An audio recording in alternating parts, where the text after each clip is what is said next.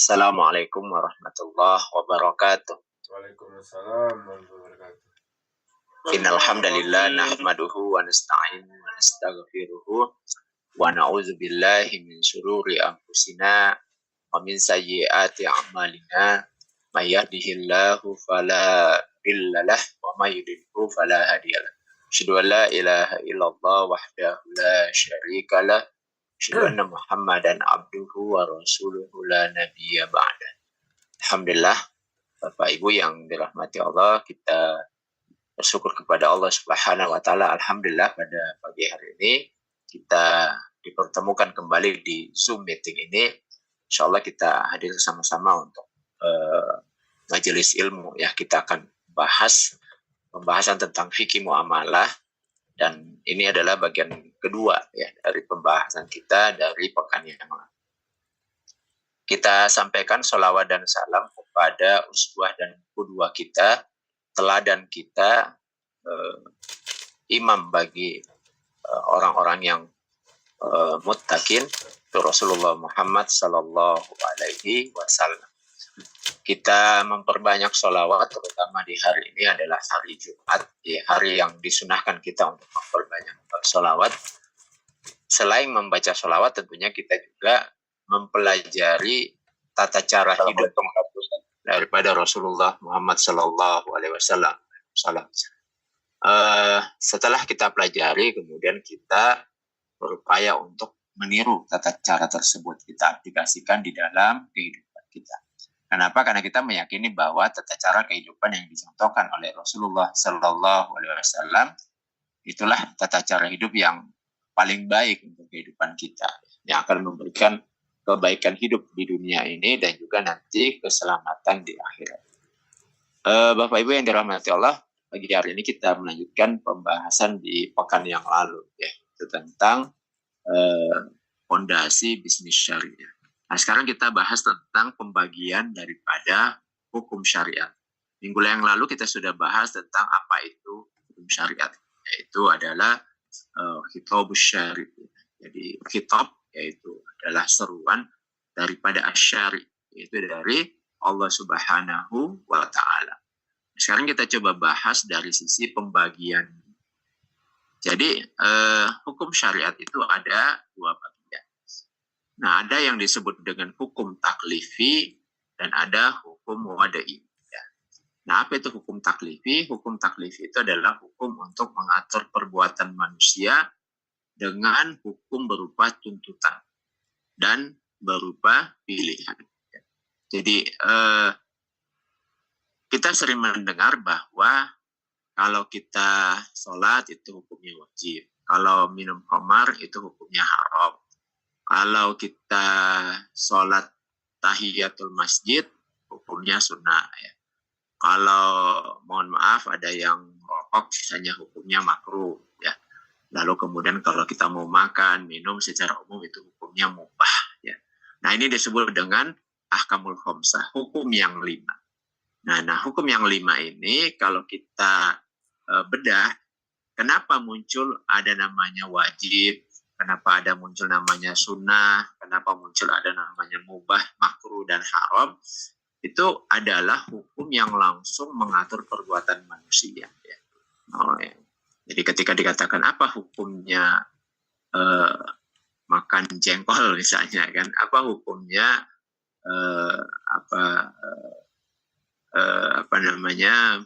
menjual ayam yang dipotong ya, tapi belum belum mati lalu dimasukkan ke air panas. Maka biasanya orang akan menjawab ya, misalnya oh itu haram atau itu makruh dan seterusnya. Maka ketika langsung dijawab hukumnya, itu yang disebut dengan hukum taklifi. Nah, hukum taklifi ini ada berupa tuntutan, tolak ya. Baik tuntutannya itu disuruh kerjakan atau disuruh tinggalkan. Ya. Ataupun berupa pilihan ya. Jadi boleh kita lakukan, boleh juga tidak kita lakukan. Itu disebut taklifi. Kemudian nanti secara detail akan diberikan contohnya di belakang nanti ya. Kemudian ada namanya hukum wada'i. Apa itu hukum wada'i? Adalah hukum untuk mengatur hukum taklifi. Jadi orang mengatakan hukumnya hukum. Nah, supaya lebih jelas nanti kita kasih contoh di belakang ya. Nah, apa perbedaan hukum taklifi dengan hukum wad'i? Jadi kalau hukum taklifi itu hukum yang langsung mengatur perbuatan manusia. Contohnya adalah hukum sholat misalnya wajib, ya, sholat 5 waktu ya. Nah, kemudian hukum wad'i adalah hukum yang mengatur perbuatan manusia secara tidak langsung. Contohnya wudhu adalah syarat daripada sholat. Nah, ketika orang mengatakan syarat, berarti dia tidak langsung. Artinya untuk bisa sholat disyaratkan haruslah dia sudah kalau tidak wudhu berarti sholatnya batal. Nah, ketika orang mengatakan batal, itu adalah hukum wad'i.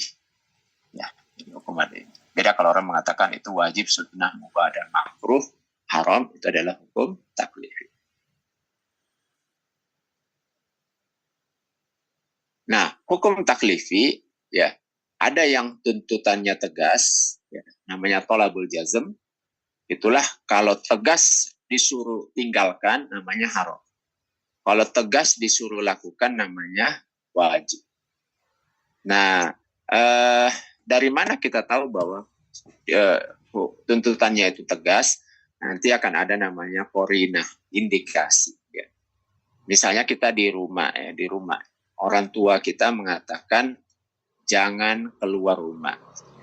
Nah, itu kan larangan ya, tuntutan untuk jangan. Nah, dari mana kita tahu bahwa jangan keluar rumah ini jangannya itu tuntutannya tegas ataukah tidak ya? Nah, nanti kita lihat namanya qarinah. Apa itu qarinah? Indikasi. Dari mana misalnya orang tua kita ngomong itu sambil mukanya merah, ya. Atau sambil ada ancaman. Kalau keluar rumah maka akan misalnya dihukum dan seterusnya. Ya. Nah, kalau kita lihat seperti itu maka kita mendengar berarti jangan keluar rumahnya ini tuntutannya tegas. Tapi kalau sekedar misalnya jangan keluar rumah lalu kemudian anaknya ada yang keluar rumah tidak marah, berarti tuntutannya itu tidak tegas. Maka itu disebut dengan tolab ghairul jazm. Maka larangannya itu hanya sifatnya makruh. Nah, seperti inilah nanti kita akan melihat dalil-dalil yang ada di dalam Al-Quran, hadis, ya, maupun apa yang menjadi sumber-sumber hukum syara. Dari situ nanti kita lihat ini tuntutannya. Kalau misalnya suruh kerjakan, apakah tuntutan mengerjakannya itu tegas ataukah tidak tegas? Kalau tegas, maka berarti hukumnya wajib.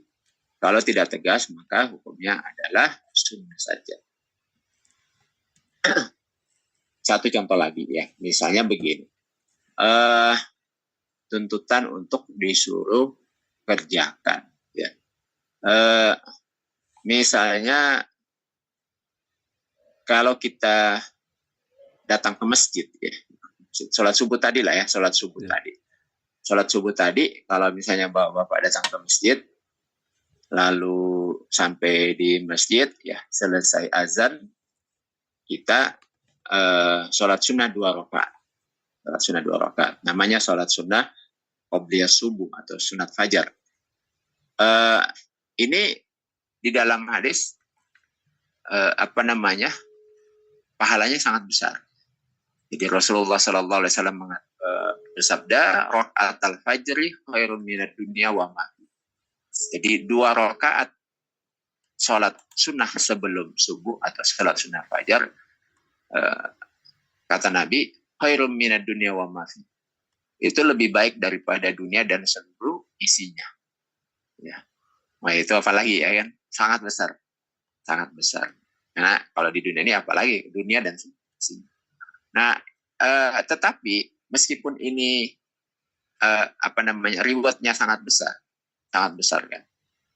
Tidak kita jumpai hadis yang menyatakan bahwa kalau tidak sholat sunnah qabla subuh maka ada ancamannya. Ya. Jadi kalau ancaman di dalam Al-Quran maupun hadis itu bisa berupa dapat dosa, ya, bisa berupa dimasukkan ke dalam neraka, bisa juga berupa dibuat semacam gelar ya, misalnya menjadi orang yang merugi ya kan, menjadi orang yang terhina ya, atau muhin dan seterusnya. Itu merupakan indikasi. Nah, kita dapati bahwa ternyata orang yang tidak sholat sunnah 2 rakaat sebelum subuh itu tidak ada yang seperti itu ya. Misalnya kalau tidak sholat sunnah 2 rakaat sebelum subuh berdosa misalnya, atau sholatnya tidak diterima dan seterusnya. Itu tidak ada kita jumpai seperti itu. Sehingga disitulah kemudian para ulama menyimpulkan bahwa tuntutannya itu tidaklah tegas, sehingga jatuhnya hukumnya hanyalah yang ini ya, hanya sunnah saja atau mandub. Nama lain sunnah itu adalah mandub. Nah gitu ya. Jadi kita lihat dari sisi tolak ya, atau tuntutannya, apakah tegas atau tidak tegas. Kalau tegas, dituntut untuk ditinggalkan itu namanya haram. Kalau tegas dituntut untuk kerjakan namanya wajib. Kalau tidak tegas, disuruh kerjakan tapi tidak tegas, hukumnya sunnah. Kalau disuruh tinggalkan tapi tidak tegas, namanya makruh. Nah, kemudian di antara dua tuntutan itu, tuntutan untuk melakukan dan tuntutan untuk meninggalkan, ada pilihan takhir.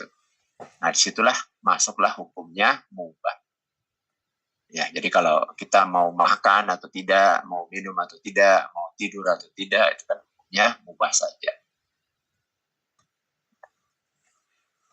Nah, status hukum taklifi dalam perbuatan manusia itu ada 5 ya. Jadi ada namanya fardu, itu maknanya wajib. Ada maknanya ada yang haram, maknanya adalah terlarang, dan ada yang mandub, itu sunnah.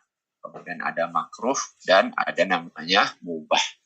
Jadi hukum taklifi itu adalah hukum yang berkaitan langsung dengan perbuatan manusia. Jadi al-aslu fil af'al at-taqayyudu bil hukmi syar'i. Nah, gitu kaidah. Jadi hukum asal dari perbuatan manusia itu yang 5 ini saja. Jadi kalau kita mulai dari bangun sampai tidur, kalau ditanya apa hukumnya semuanya, status hukumnya itu berputar di 5 ini saja. Jadi mulai coba Bapak Ibu list ya. Data apa saja perbuatan mulai dari bangun sampai tidur kembali, itu di list hukumnya 5 ini saja. Jadi mulai bangun, misalnya duduk, bangun tersadar dulu, duduk dulu, kemudian pergi cuci tangan, ya kan, cuci hidung, ya. Itu apa hukumnya, misalnya gitu. Itu bangun, duduk dulu, baca doa, ya. Kemudian kalau di dalam hadis itu, ya cuci tangan, lalu kemudian mencuci lubang hidung, ya, istinsyaq, ya. Kenapa? Karena di dalam hadis disebutkan ya, setan itu nginapnya di situ ya, selama kita tidur. Itu apa hukumnya? Nanti berputar di sini saja, berputar di antara 1 sampai 5 ini saja. Apapun yang kita kerjakan, mulai dari kita bangun sampai tertidur kembali, bahkan tidur itu sendiri, itu hukumnya 5 ini saja. Dari sinilah kemudian akan di-scoring-nya kan, ketika dia melakukan kegiatan fardu, pahalanya berapa, ketika melakukan yang haram, minusnya berapa. Demikian juga yang mandub, makruh, kalau mubah tentu saja skornya ya tidak ada netral ya, tidak plus, tidak minus. Nah, itulah nanti yang akan dihisab ya, dihisab ini ada di belakang timbangan ya kan, itu akan nanti akan dihisab di akhirat ya, bagaimana kita mengumpulkan skor yang fardu dan mandub, lalu kemudian bagaimana kita mencegah diri kita jangan sampai mengumpulkan skor yang haram dan makruh, dan mensedikitkan yang mubah. Karena kalau habis waktu kita di dunia ini mengerjakan yang mubah, berarti kan kita tidak mengumpulkan skor sama sekali ya. Tidak plus, tidak minus ya. Itu kalau dalam orang bisnis itu rugi ya sebenarnya. Jadi tidak menghasilkan profit, juga tidak menghasilkan loss ya, kerugian. Nah itu sebenarnya rugi ya. Kenapa? Karena ya sebagian daripada aset kita itu kan sudah terpakai, umur dan lain sebagainya. Nah, itu hukum taklif. Nah, kemudian ada namanya hukum wada'i. Ya, hukum wada'i. Nah, hukum wada'i itu adalah tarifnya adalah wahwa ayyahu nasyar'u qad rabata baina amrayni fil hukmi ai hiya ahkamul ahkam.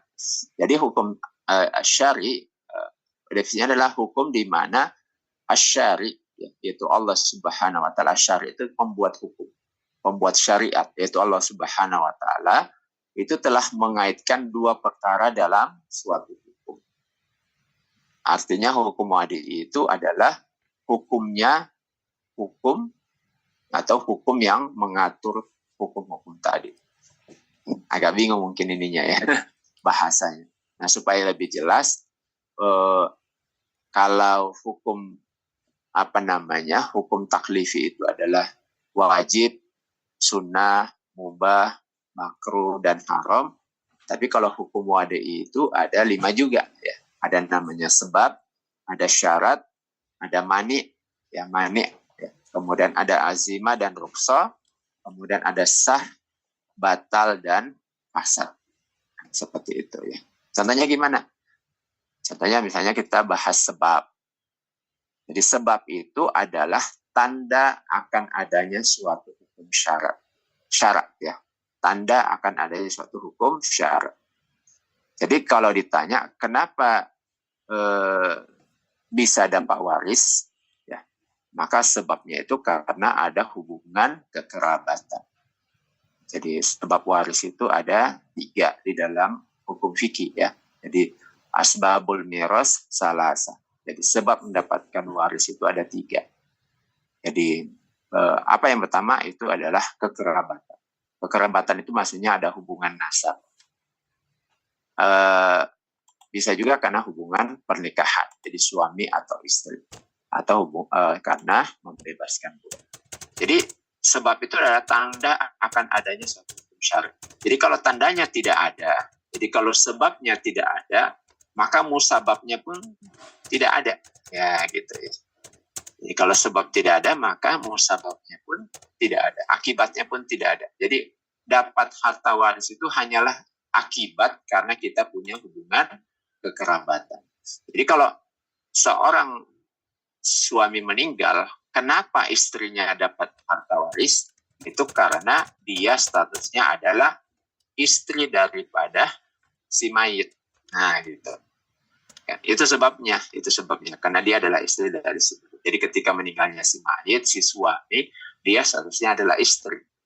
Berarti kebalikannya, kalau ketika meninggalnya si suami, si istri bukan lagi statusnya sebagai istri, si perempuan tadi statusnya bukan lagi istri, maka dia tidak berhak mendapatkan harta waris.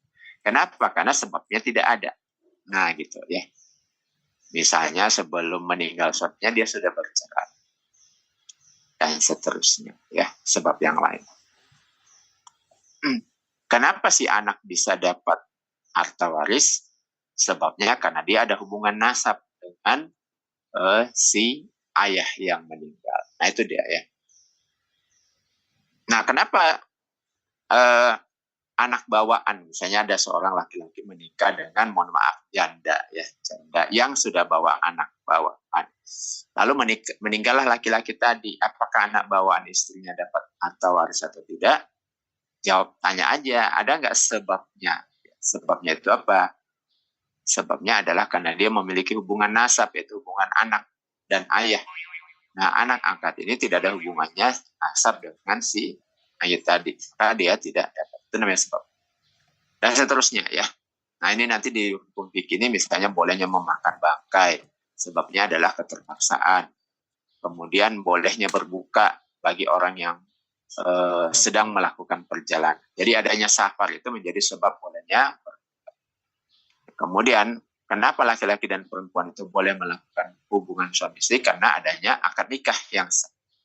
Jadi adanya akad nikah yang sah itu menjadi sebab untuk kemudian bisa pergaulan suami istri. Kemudian saling mewarisi ya, saling mewarisi juga adalah konsekuensi dari adanya akad nikah. Kemudian saling menafkahi ya. Itu adalah konsekuensi dari akad nikah. Menafkahi, ya maaf. Menafkahi itu konsekuensi daripada akad. Kenapa suami itu wajib menafkahi istrinya? Karena ya dia adalah konsekuensi dari akad. Kemudian kisos adalah sebab karena adanya pembunuhan. Hudud itu adalah bagi pezina adalah sebab karena melakukan perzinahan. Kemudian bolehnya memanfaatkan itu karena adanya penyembelihan syar'i. Jadi kalau misalnya kenapa kambing itu sudah boleh kita makan karena dia sudah disembelih secara syar'i. Berarti kalau penyembelihannya tidak syar'i, maka tidak boleh lagi dimanfaatkan. Kenapa? Karena dia statusnya sudah bukan sesuatu yang halal. Misalnya disembelih tapi kemudian belum mati lalu udah dikuliti, ya. Maka itu adalah bangkai status. Karena itu namanya sebab, ya. Kemudian yang kedua ada namanya syarat. Syarat itu adalah perkara yang kepadanya bergantung hukum. Nah, itu namanya syarat. Nah, kalau sebab itu tanda akan adanya suatu hukum syarat. Supaya kemudian mudah kita pahami, kita lihat contohnya, ya. Nikah disyaratkan ada saksi, ya. Disyaratkan ada namanya wali dan seterusnya. Nah, kemudian rajam atas pezina muhson itu syaratnya yang berzinanya sudah harus menikah. Jadi kalau kita baca di dalam Al-Quran, ada untuk yang berzina itu ada namanya dijilid, ya.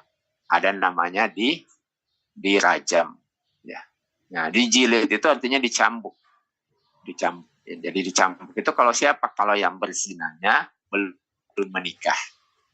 Tapi kalau yang berzina itu sudah menikah, maka dia dirajam, ya. Jadi ditanam seleher lalu kemudian dilempari sampai wafat. Nah, ini dilakukan di masa Nabi. Dan itu kemudian menjadi hukum Islam dan dilaksanakan setelah. Kemudian waris, itu syaratnya hidupnya ahli waris. Jadi syarat ini biasanya mengikuti daripada rukun. Ya, jadi rukunnya. Jadi kalau ada membahas rukun, maka di antara rukun-rukun itulah kemudian dibahas syaratnya. Jadi kalau untuk mendapatkan harta waris itu kan rukunnya ada 3. Ya. Jadi ada orang yang mewariskan harta, namanya mewaris, ada ahli waris, dan ada harta yang diwariskan. Nah, orang yang menjadi ahli waris disyaratkan dia harus hidup, meskipun sebentar. Ya, jadi ketika meninggalnya mayit, dia haruslah hidup meskipun sebentar. Jadi kalau ada anak, meninggal bapaknya, tidak lama,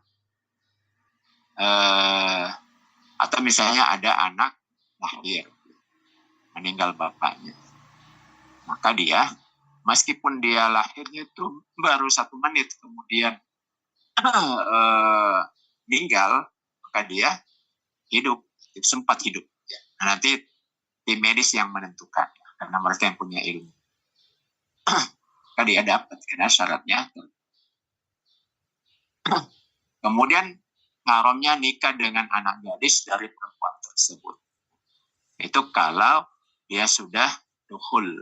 Nah, dukhul itu artinya dia sudah menggauli ibunya. Kemudian wajibnya zakat itu karena sudah haul. Artinya dia sudah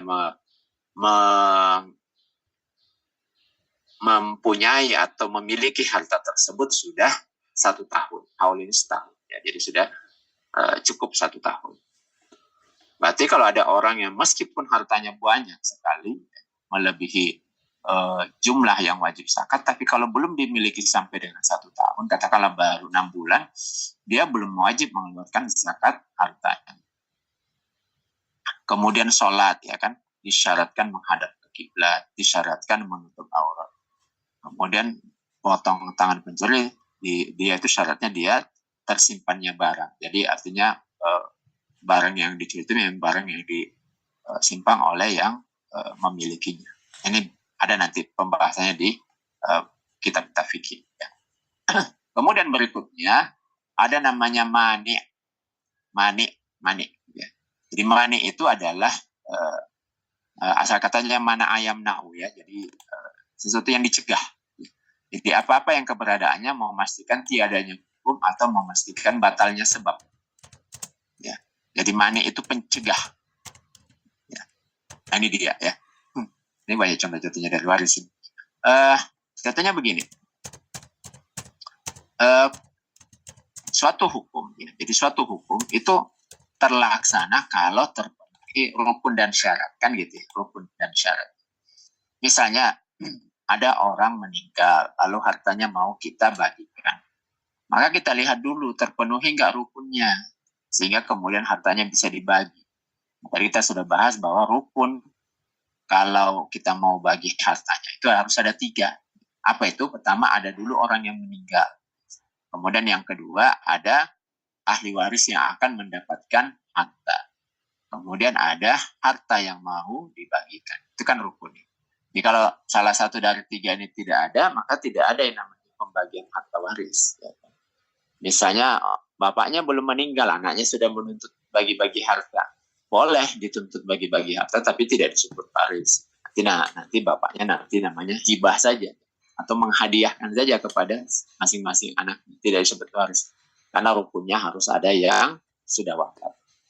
Nah, katakanlah rukunnya itu sudah lengkap. Jadi ada yang meninggal, orang tua yang meninggal, kemudian ada ahli waris yang hidup, kemudian ada harta yang mau dibagikan. Karena kalau sekedar ada yang meninggal dan ada ahli waris, tidak ada harta yang mau dibagikan, ya ada namanya pembagian waris kan. Karena apa yang mau dibagi ya kan. Jadi 3 ini harus ada. Ini namanya rukun. Nah, kemudian tadi kita sudah bahas bahwa ada namanya syarat. Jadi syarat tadi misalnya yang meninggal ini dipastikan sudah wafat, ahli warisnya dipastikan masih hidup, ya kemudian seperti itu ya. Nah kemudian ada namanya mani. Mani itu pencegah. Pencegahnya apa? Ketika rukunnya sudah ada, tetapi dia tercegah. Misalnya ada yang meninggal, ada hartanya dan ada anak. Apakah otomatis si anak ini dapat harta dari almarhum bapaknya? Jawabnya kita lihat dulu apa ada nggak maniaknya. Maniak itu pencegahnya atau penggugurnya. Nah, apa yang bisa menggugurkan? Di sini itu yang pertama adalah pembunuhan. Ya. Ini bapaknya meninggal normal atau karena dibunuh anaknya gitu ya. Oh, kemudian meninggalnya normal karena penyakit misalnya atau meninggal ya sudah memang tua sekali umurnya ya, 80 tahun lebih misalnya seperti itu ya. Atau bisa juga yang menjadi pencegahnya itu adalah beda agama. Ya, beda agama atau dia murtad. Ya. Nah, dalam hadis disebutkan la yarisul muslimul kafirah walal kafirul muslimah. Jadi tidaklah mewariskan harta seorang muslim yang wafat, dia wariskan kepada orang yang sudah kafir. Dan juga sebaliknya, kalau ada orang kafir meninggal tidak mewariskan hartanya kepada seorang muslim meskipun terpenuhi rukun ya. Misalnya ya ada seorang laki-laki meninggal, ada anaknya yang murtad ya. Semua anaknya muslim tapi ada satu murtad ketika wafatnya bapak. Ya, jadi ketika bapaknya wafat dia statusnya adalah murtad. Maka tercegahlah ya, si anak dari mendapatkan harta. Tercegah itu maksudnya apa? Gugur hak. Itu namanya mani. Ya. Nah itu dia mani darwas. Kemudian kisos ya, kedudukan sebagai ayah. Kemudian sholat Jumat sakit. Ya. Kemudian mengadili marah ibadah haji kondisi masih kecil. Ya. Seperti itu. Ya, itu jadi menjadi pencegah. Kemudian ada namanya rukso dan azimah. Jadi azimah itu adalah hukum asal, rukso itu adalah keringanannya. Gimana maksudnya? Contohnya makan daging babi. Azimah itu hukum asalnya haram. Tapi kita dikasih keringanan kalau kondisinya darurat. Nah nanti darurat ini dibahas di fikih. Kemudian sholat rubaiyah. Sholat rubaiyah itu sholat yang 4 rakaat. Apa itu yang 4 rakaat? Ya, sholat zuhur, asar, dan isya. Jadi kan ada 4 rakaat. hukum asalnya sholat ini harus dikerjakan 4 rakaat. Kalau nggak 4 rakaat nggak sah sholat itu. Tapi kalau kita sedang dalam perjalanan, kita dikasih namanya rukhsah. Rukhsah itu keringanan. Yang asalnya 4, jadilah boleh dikerjakan 2. Ya. Seperti itu ya. Kemudian puasa Ramadan. Di bulan Ramadan, hukum asalnya itu haram berbuka. Tapi kemudian kita diberikan rukhsah kalau kita sedang dalam keadaan safar. Kemudian melihat aurat. Kita itu haram melihat auratnya. Tapi kemudian diberikan rukhsah khusus bagi dokter atau perawat sesuai dengan hajatnya. Ya. Sesuai kebutuhannya saja, Pak, yang mau diobati. Nah, seperti itu ya. Kemudian sholat wajib berdiri. Kalau Bapak wajib mampu berdiri, kemudian sengaja duduk atau sengaja berbaring, hukumnya tidak sah sholatnya. Karena dia wajib berdiri. Nah, kemudian kita diberikan rukhsah keringanan kalau kita sakit. Nah, kemudian kita hukum asalnya wajib berwudu ketika ada air. Ya. Kemudian kita dikasih rukhsah tayamum ketika tidak ada, dan seterusnya ke bawah ya. Itu namanya azimah dan rukhsah. Hukum asal dan rukhsah itu keringanan. Nah ini hukumnya hukum. Jadi kalau ditanya, loh kenapa dia sholatnya cuma 2 rakaat? Ini kan sholat asar gitu. Kok cuma 2 rakaat? Maka kita mengatakan, oh dia mengambil rukhsah. Kenapa? Dia dari Tanjung Balai, ya kan, datang ke Medan, ya, beli barang mau dagang, ya. Nanti sore balik lagi ke Tanjung Balai misalnya. Maka dia diberikan rukhsah karena sedang dalam safar, ya, perjalanan. Jadi kalau ditanya, dia orang mana? Tanjung Morawa misalnya.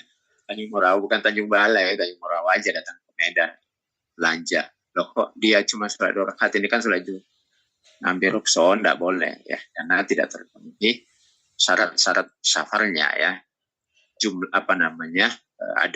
Ada namanya jarak safar ya, diperbolehkan untuk bisa mengambil rukhsah tadi. Nah, itu ya. Kemudian berikutnya ada namanya amalan yang sah. Ada namanya amalan yang batal. Jadi kalau sholat memenuhi rukun dan syaratnya dikatakan sah. Jual beli yang memenuhi rukun dan syaratnya dikatakan sah. Kemudian ada istilahnya batal. Ya. Jadi batal itu kalau misalnya orang sholat tanpa wudhu, sholat tanpa membaca Al-Fatihah, dia pergi haji tapi tidak wukuf di Arafah. Ya. Kemudian ada orang perempuan yang puasa tapi dia dalam keadaan haid. Ya, dan seterusnya ya. Jual beli barang yang tidak ada, jual beli oleh orang gila, anak yang belum mayis, itu semuanya hukumnya adalah batal. Nah, batal itu lawan dari sah, yaitu amal yang tidak sesuai dengan perintah daripada asyari, yaitu Allah Subhanahu wa ta'ala. Maka nikah tanpa menentukan mahar itu batal. Nikah tanpa ijab qabul ya. Nikah bagi yang mumais dan seterusnya. Nah, kemudian ada namanya fasad. Nah, apa itu fasad atau fasid?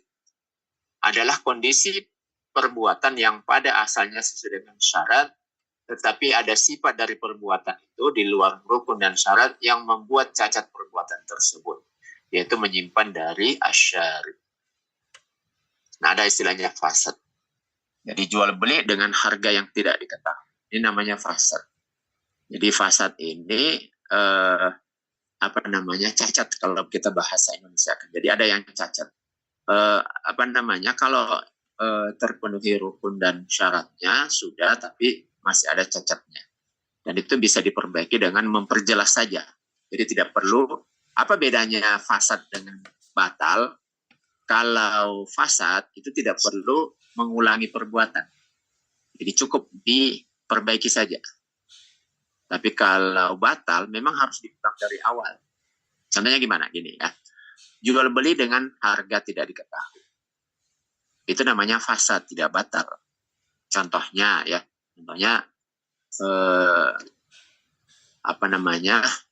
teman datang ke rumah ya kan, lalu dia bawa sepeda motor, dia bilang ini orang Medan ya kan, kok kereta ini keretaku second ya kan, belilah ya.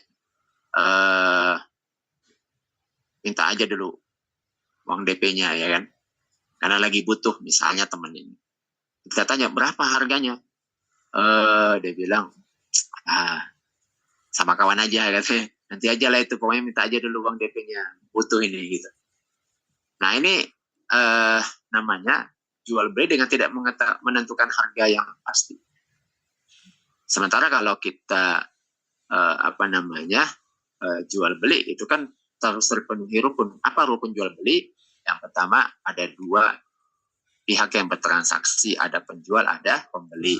Kemudian ada objek yang diperjualbelikan, di sepeda motor atau kereta. Kemudian ada namanya akad. Akadnya apa ini? Dijual atau dipinjamkan kan gitu. Itu namanya akad. Karena itu menentukan ya kan. Ini dijual berarti pindah ke pemilikan. Oh ini dipinjamkan. Oh dipinjamkan berarti barangnya harus balik ya kan. Si bensin aja lah. Atau ini disewakan. Nah kalau disewakan berarti ada uang sewa dan barangnya harus balik. Bukan disewa lalu kemudian barangnya hilang ya kan. Seperti itu. Nah berarti itu bukan disewa, itu nggak jelas ya kan. Seperti itu. Nah itu namanya akad. Nah kalau sudah terpenuhi ini semua tapi ada yang belum lengkap, misalnya akadnya sih jual beli tapi harganya berapa ini, kata kawan itu dalam, kita kan kawan lagi butuh duit ini, pokoknya nanti aja lah kita bicarakan itu, kita aja dulu uang mukanya gitu kan. Uang muka kok minta tapi ini misalnya dia bilang aduh lagi butuh 1 juta gitu ya, nah, nanti aja lah apa yang pokoknya pasar, ikuti aja harga pasar. Ini masih tetap belum jelas kalau ketika mengatakan harga pasar. Nah, bagaimana caranya? Nah sampai di sini itu fasad. Ya. Kalau tetap dilakukan, hukumnya fasad. Fasad itu artinya apa? Perbuatannya tidak batal, tapi tinggal diperbaiki saja, sehingga menimbulkan keridhaan dua pihak. Caranya gimana? Caranya bisa salah satunya menyatakan harga. Ya. Misalnya yang membeli bilang, udahlah, ini pasaran udah kereta kayak gini, kondisinya tinggal berapa persen nih, misalnya tinggal 40% ya. Ini pasarannya paling berapa, 8 juta misalnya gitu kan. Pasti yang kan akan terima atau mungkin menawar lagi ya. Nah, ketika sudah terjadi misalnya udah ya oke lah, nggak apa-apa lah 7,5 misalnya kan, 7,5 juta, oke lah, kita uang DP-nya aja dulu, DP berapa, 2 juta misalnya. Maka sampai di situ hilanglah fasad karena sudah dilakukan penjelas. Dan seterusnya ini ya, nikah tanpa saksi, orang kota berjual dengan orang dusun, membeli barang yang sudah ditawar orang lain, nikahnya muhalil, nikah dengan perempuan sebagai istri kelima dan seterusnya. Nah, tetapi di sini tuh nanti akan ada ini perbedaan pendapat para ulama di setiap mazhab. Tapi ini sekadar pengetahuan saja dulu ya, Bapak Ibu ya, pengetahuan saja dulu bahwa akan ada namanya akad yang sifatnya fasad. Meskipun nanti di situ tuh ada perbedaan pendapat para ulama di rinciannya ya. Menurut mazhab ini fasad, atau menurut mazhab ini sudah sah, menurut mazhab ini tidak, dan seterusnya. Ya. Nah itu wajar ketika metode fikih atau metode usul fikih yang digunakan itu berbeda, nanti akan juga beda nanti status hukumnya. Dan itu biasa ya. Nah nanti kita itu akan terikat sesuai dengan mazhab yang kita ikuti. Oke, baik. Ini kita akan masuk ke materi, tetapi mungkin kita diskusi aja ya. Ada sekitar waktu 5-10 menit untuk membahas materi tadi. Silakan Bapak Ibu kalau ada yang mau didiskusikan. Ya. Assalamualaikum Ustaz. Waalaikumsalam. Ya silakan Pak Rinaldi. Ya, ini berkaitan sama hukum wadi Ustaz, mengenai poin sebab dan syarat. Iya. Kayak yang kita ketahui selama ini kan merokok itu makruh ya Ustaz ya. Iya. Iya. Karena sebabnya dia perbuatan yang sia-sia. Iya.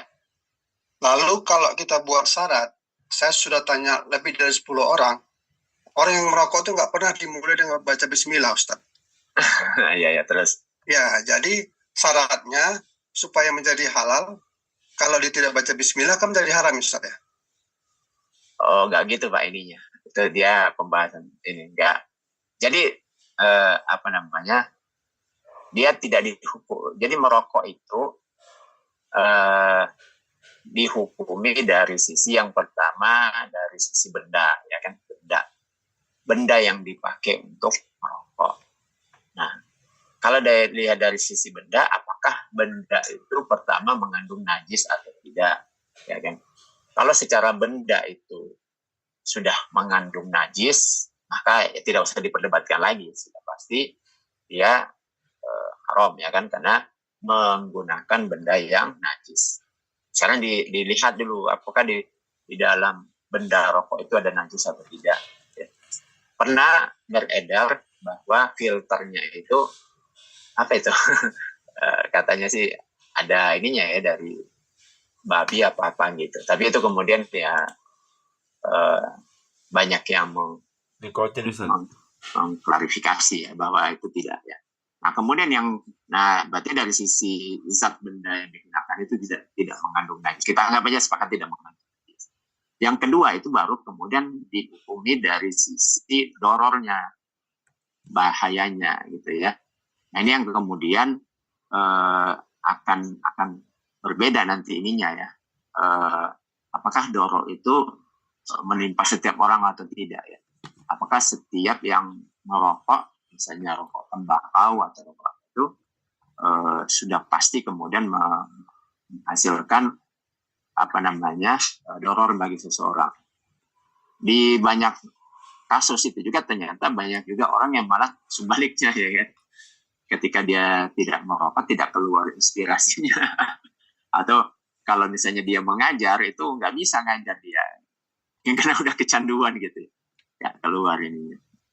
Sehingga disitulah kemudian terjadi perbedaan pendapat para ulama. Nah beda nanti ketika memang orang yang sudah divonis oleh dokter ya bahwa dia sudah terkena penyakit paru-paru dan kalau tetap merokok itu sudah akan membahayakan dirinya. Maka di situ dihukumi haram disebabkan karena doror yang sudah jelas.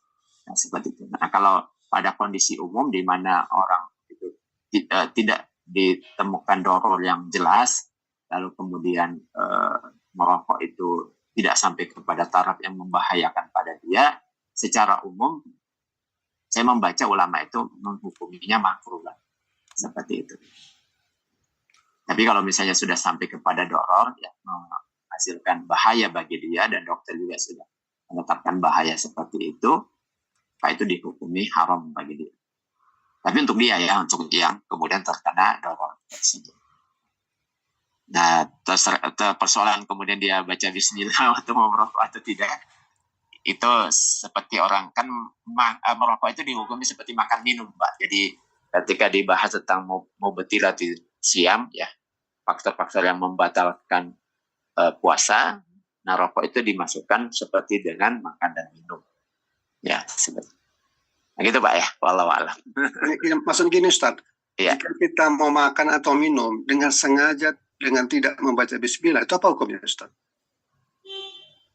Orang yang tidak baca bismillah Pak ya? Dengan sengaja Ustaz, dengan sengaja. Nah itu nanti kita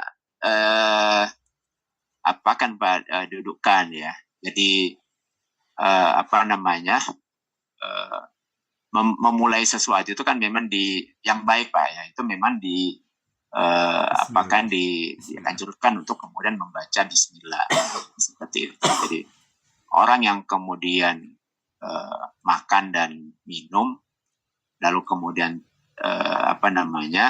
tidak membaca bismillah tidak dihukumi haram juga Pak. Jadi dia tidak mendapatkan keutamaan saja, tidak keutamaan mendapatkan keutamaan untuk kemudian mendapatkan pahala ya. Seperti itu. Nah gitu Pak ininya. Terima kasih Ustaz. Iya. Ya, silakan. Assalamualaikum Ustaz. Waalaikumsalam. Waalaikumsalam warahmatullahi wabarakatuh. Ini Masih dari bisa bertanya, Ustaz? yang merokok nih. Ini tadi saya bilang, seharusnya kalau merokok itu ajak Bapak Tondang pikir tadi. Ya, kalau yang saya dapat, Ustaz, kata orang hukumnya Makruh, merokok ya? itu satu makruh. Ya, Terus, yang tadi malam kemarin seperti menyambung pertanyaan Pak Junaidi juga ini tadi. Kalau soal Rinaldi makan tadi. dan minum kan hukumnya udah jelas makruh, Ustaz. Mubah, Ustaz, ya. Mubah. Ya. Nah, jadi kalau bisa berpahala untuk makan itu, ya aku bilang sebelum makan baca doa. Berarti pahala doa itu bukan doa makan, pahalanya bukan dari makan, mengingat Allah dan berzikirnya, itulah pahalanya, aku bilang sama orang. Iya, Ya, betul. Tapi itu saja. Makan dan minum sendiri itu mubah ya. Iya, Ustaz, Makan dan tapi minum biar sama dengan berpahala, tidur. aku bilang kan, tandanya bersyukur dia. Ya. Berarti Iya. dia baca bismillah, Ya. baca doa, berarti dia Iya. mengingat Allah. Hukum Betul. mengingat Allah itu yang dihukumi, saya bilang sama teman gitu, Ustaz. Iya, betul. Bukannya dari hukum makan itu. Hukum makan tidak mubah. Hukum Iya, betul. yang pertama mengingat Allah, bersyukur kepada Allah, itu yang berpahala, aku bilang. Betul. Ya, betul. Mengingat karena mengingat makan, aku bilang. Itu dari malam, Ustaz. Pas dari malam saya bilang, Ustaz, saya jabarkan. Iya, mantap, Pak. Pagi ini kajinya gitu. Mantap, Pak Tondang. Mantap. Iya. Jadi memang makan, minum, tidur, ya kan, buang air besar dan semuanya lah, itu kan perbuatan yang dilakukan oleh semua orang. Namanya perbuatan yang sifatnya basyariyah, perbuatan yang sifatnya dilakukan oleh semua manusia. Nah, melakukannya itu hukumnya mubah saja. Nah, di situ hukum makannya ya yang mubah. Hukum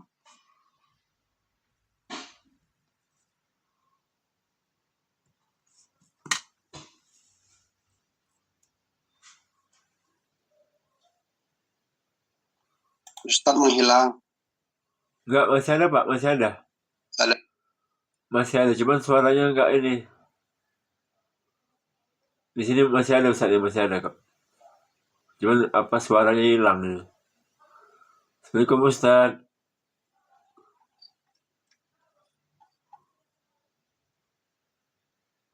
Hukum makan mubah, cuman kalau kita tadi mengucapkan doa, itulah mendapatkan keberkahan, Pak Tondang ya. Wih, mantap.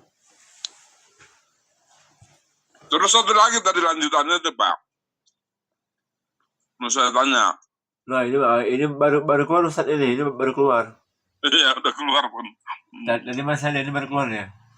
Tentang hukum makan jengkol, kan tadi ada. Oh. Hukum makan jengkol atau pete itu makruh. Iya. Jadi kalau setiap mau makan bagaimana itu? Kalau nggak ada pete sama jengkol itu berarti nggak ada makruh, nggak ada. Namanya makruh itu berpahala dan ditinggalkan. Jadi kayak saya bilang dulu, biar dapat pahala itu nggak makan pete itu. Kalau ada petenya itu atau jengkol, saya nggak mau karena makruh. Nah, udah saya makan. Jadi setelah makan jangan disentuh, jangan apa. Jadi tetap mau makan, meninggalkan jengkol atau pete, nggak jadi makan, pahala kalau aku bilang. Kan gitu Pak Bakar ya. Dan juga kan saya nggak urgent antara jengkol sama pete, kan nggak urgent kali. Misalnya kita nggak makan pun nggak apa-apa. Jangan saya enak kali jengkol, makan aja lah, kan nggak gitu juga kan. Iya, maksudnya gini Pak Bakar. Hukum makan jengkol itu kan Makruh. makruh. Iya. Dari makruh itu kan dihukumi dari konsekuensinya katanya apabila dikerjakan tidak berpahala, tidak berdosa. Iya. Apabila dikerjakan berpahala, ditinggalkan berpahala.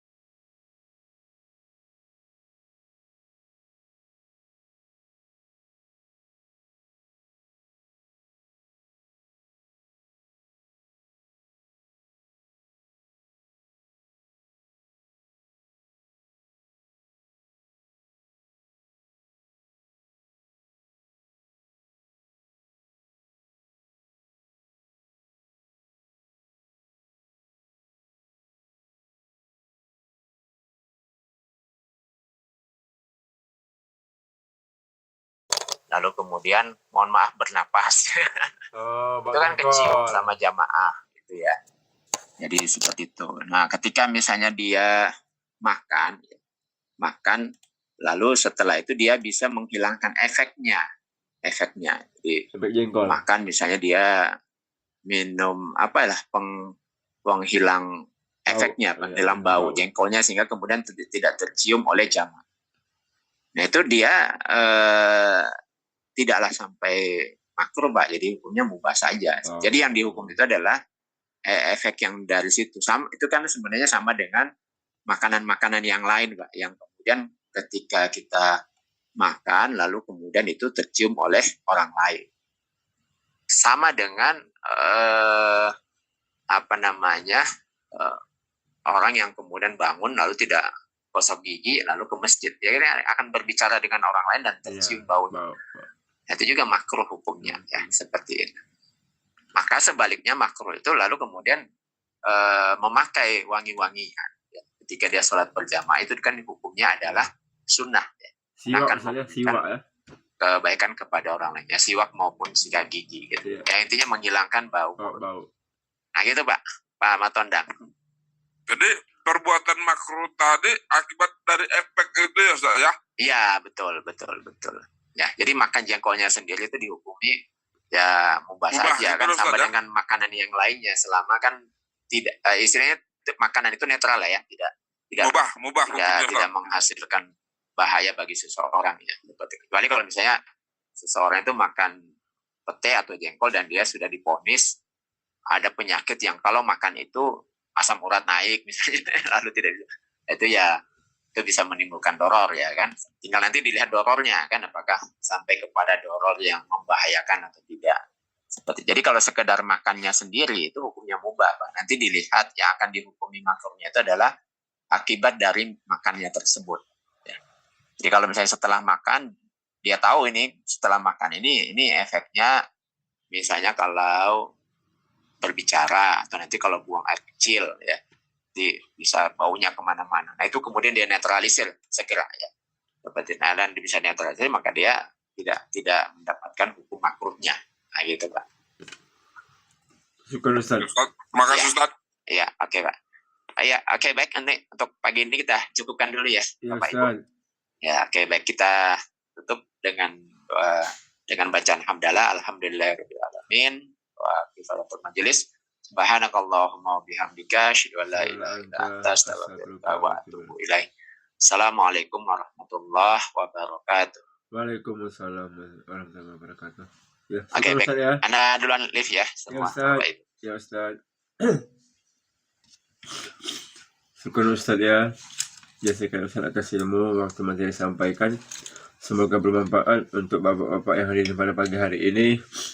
Semoga Ustaz memberi kesehatan, dimudahkan segala urusannya, dilancarkan segala rezekinya. Amin. Dan juga semoga bapak-bapak yang hadir di sini kita sama-sama diberikan Allah kesehatan, dimudahkan segala urusannya, yang punya utang semoga cepat lunas, yang masih sakit semoga cepat sembuh, yang baru merintis usaha semoga usahanya lancar, dan juga semoga hari ini apa yang kita kerjakan mendapatkan keberkahan dari Allah Subhanahu wa taala ya. Amin ya rabbal alamin. Baik Bapak-bapak, kita tutup ya dan membaca hamdalah. Alhamdulillahirabbil alamin dan juga doa kiwatul majelis. Subhanallahumma wa bihamdika asyhadu an la ilaha illa anta astaghfiruka wa atubu ilaik. Wabillahi taufiq wal hidayah. Wassalamualaikum warahmatullahi wabarakatuh. Untuk bahan-bahan sudah saya kirim ya. Bahan-bahan sudah saya kirim di grup itu. Biar gak hilang ini Bapak, biar gak hilang dikasih apa namanya?